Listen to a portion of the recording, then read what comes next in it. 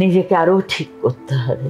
সেই উদয় শঙ্কর অমলা শঙ্করের মেয়ে যদি এই কথা বলতে পারে, আজকাল তো মানে একটা কোনো কাজ করি তার নিজের বিশাল ভাবতে থাকে, কিন্তু আপনার মধ্যে যে মাটিতে পা দিয়ে চলে, সেটা আপনি কি বলবেন এখনকার প্রজন্মদের?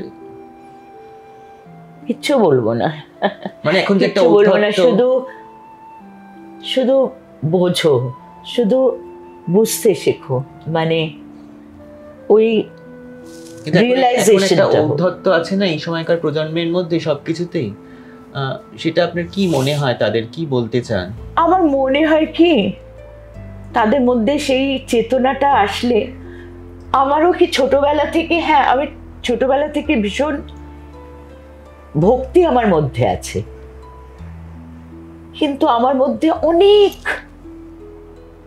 মধ্যে এখনো গলদ আছে, অনেক গলদ আছে, অনেক ভুল আছে, কিন্তু আগের থেকে আমি দেখি যে আমি অনেকটা পেরিয়ে এসেছি।